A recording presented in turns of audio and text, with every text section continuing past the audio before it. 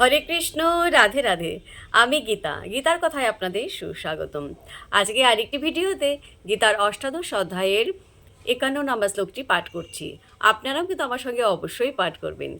ওং নমো ভগবতে বাসুদেবায়, ওং নমো ভগবতে বাসুদেবায়, ওং নমো ভগবতে বাসুদেবায়, ওং তৎসৎ। হরে কৃষ্ণ। শ্লোকটি আমার সঙ্গে উচ্চারণ করবেন। বুদ্ধা বিশুদ্ধয়া যুক্ত ধৃত্তা আত্মনম নিয়ম্য চ শব্দাদীন বিষয়ান ত্যক্তা রাগদ্বেষবুদস্য চ।